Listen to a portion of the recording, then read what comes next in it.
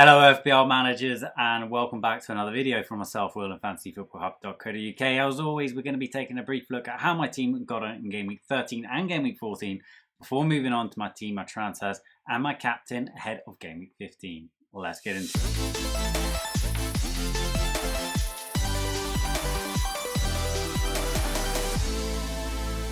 Okay, so a couple of game weeks have passed since my last video. Game week 13 was actually a pretty good one. Went from 90k up to around 60k. Last game week was actually my worst game week of the season in terms of game week rank. Game week rank of 4.5 million. Back down from 60k to 78k. So yeah, pretty disappointing game week really. My transfer for that game week was actually Diaz, who scored, to Alonso, who got the 1 point. So yeah, a bit of a disappointing transfer, you know, bringing in attacking, goal scoring defender, taking out one who doesn't tend to score many goals. Alonso, I thought, had the slightly better fixture as well. So it made a lot of sense. It was a logical move.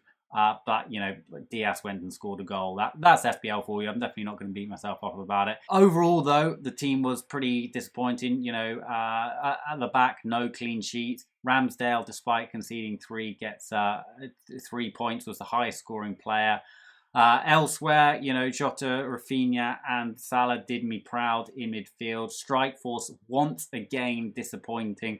Vardy, how did that man not score? You know, 2 pretty good chances at the end of that Southampton match. Very disappointing for him just to come away with the 2 points. And Antonio and Jimenez, again, flattering to deceive. Okay, so this is how the team is shaping up for the upcoming game week. There's actually 3 players that I'm looking to transfer out over the next few game weeks, and I'm going to explain why I'm looking to transfer those players out and who I'm looking to replace them with. Okay, so this is the Fantasy Football Hub fixture ticker, and what I'm going to do here is I'm going to sort by hardest overall fixtures for Game Week 15 to Game Week 20, and as you can see, Wolves coming out on top there, which is obviously not what you want. You don't want the hardest upcoming fixtures. They play Liverpool, Man City, Brighton, Chelsea, and Arsenal in the next 6 game weeks. So really, really tough run of fixtures. So unsurprisingly, I'm going to be looking to transfer Jimenez out. I know that a lot of people are looking to also transfer Antonio out. I think that's probably a pretty good shout. You know, his numbers have just completely and utterly dropped off the roof. So if you do have an Antonio and you don't have Jimenez like I do, then I think Antonio is a good transfer out. What I would say is that, you know, after the Chelsea match, Antonio does and West Ham's fixtures do ease a little bit. You know, then they got Burnley, Arsenal, Norwich, Southampton, Watford. So their fixtures are a lot better than Wolves. So that's why I'm looking to transfer out Jimenez, at least Jimenez first anyway. In terms of the other players I am looking to transfer out, you know, I am looking to transfer out Vardy. I'm going to probably hold him for Aston Villa and Newcastle. Then their fixtures begin to turn as well. Then they got Tottenham, Everton, Manchester City, Liverpool. So I'm probably looking to transfer out Vardy ahead of Game Week 17. I think, interestingly, you know, if you switch this table the other way around, Manchester United here, top of this fixture ticker with a ridiculous run of fixtures. So Vardy to Ronaldo is a move that I am half eyeing up. I would like to give Vardy, you know, Aston Villa and then Newcastle and then make the move.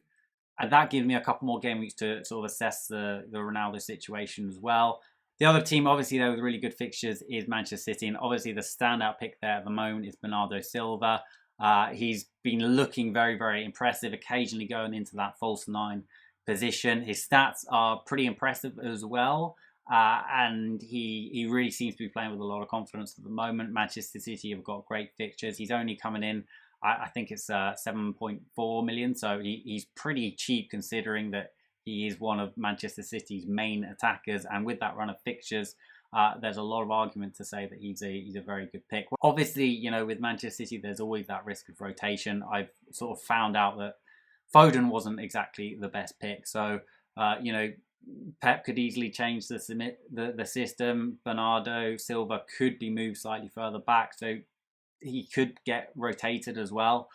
So there is always that little doubt in the back of your mind when you're going to play the Manchester City midfield lottery. But, you know, you could hit jackpot. So Bernardo Silva could be a very, very good shout. Just switching over to our point projection tool then. And what I want to do is have a look at Jimenez replacements, or potentially, you know, Antonio replacements if you're looking to get rid of Antonio.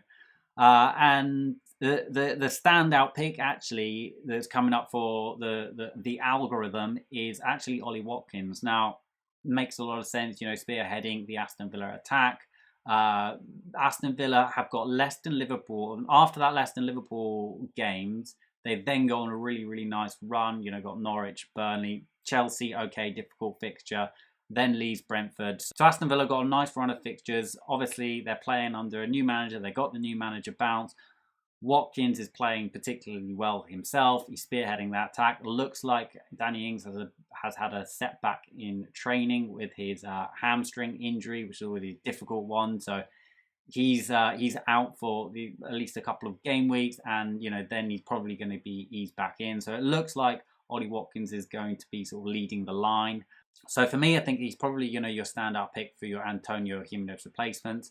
Personally, you know, I want to do Rafinha to Bernardo Silva. Rafinha's fixtures completely shift after this game week. Leeds fixtures go really bad. So I'd like to do Rafinha to Bernardo Silva. I would also like to have the flexibility to do Vardy to Ronaldo. So if I want to get in Bernardo Silva and potentially have the flexibility to get Ronaldo in future, my budget actually goes down a little bit more, goes down to around the 5.7 mark. And the standout player there is actually Josh King. I know Dennis has been churning out the points, but you know, if you look at the numbers, if you look at the data, if you look at the expected goals, if you could take into consideration that King is on penalties, you also take into consideration that there's a chance that Dennis goes off to the African Cup of Nations further down the line. Then for me, I think that Josh King is sort of the standout pick. This game week they got Manchester City, so I probably won't be looking to transfer in King this game week. But after that, they got Brentford, Burnley, Crystal Palace, Wolves, West Ham. So a pretty nice run of fixtures over the festive period. And, you know, 5.7, I think someone like Josh King offers incredible value. I do still think that Dennis is a good shout. But, you know, for me, I think that King's probably worth the 0.3 extra over him, despite, you know, his points so far not being as impressive as Dennis. Okay, so I realised I jumped around a little bit there, but going back to my transfer strategy, I think I'm actually going to save a transfer this game week. The player that I do want to get rid of is Jimenez. The player that I want to replace him with is Josh King. But, you know, King plays Manchester City this game week, so, you know, there isn't too much point in bringing him in. And if I save a transfer, you know, it just gives me a little bit more flexibility next game week. Next game week, as I said, I'll probably do Jimenez to King. Rafinha to Bernardo Silva also makes a lot of sense as Rafinha's fixtures turn and Bernardo Silva's got a really good run of fixtures. And then I can look and see whether I do want to do the Vardy to Ronaldo move when Ronaldo plays Norwich, or wait a week and do Vardy to Ronaldo the following game week, or potentially not go Ronaldo at all if, you know, the situation at Manchester United changes a little bit. In terms of this game week, I'm probably going to bench either Jimenez or Antonio. I'm not quite sure which of those I'm going to bench. I actually may play Jimenez and bench Antonio. I'm okay holding on to Antonio for, you know, the foreseeable. If I didn't have any other issues in my team, then I probably would look to transfer him out. You know, someone like King, someone like Watkins, I think are probably, you know, my preferred picks at the moment. But West Ham fixtures after the Chelsea match do improve, and I still think that Antonio has that potential to get his mojo back and become a good FPL asset again. Midfield for this particular game, you know, very happy with Rafinha, Jota and Salah, all look like great picks. I think it's just crazy to take the armband off Salah at the moment. I probably won't have my vice captain on Vardy. I'll probably move that to someone like Jota or potentially even Rafinha. But that's it from me. I do hope you enjoyed this video. If you did, then please do drop it a like and subscribe to the channel. But otherwise, I will see you on the other side. Good luck for Game Week 15. Bye for now.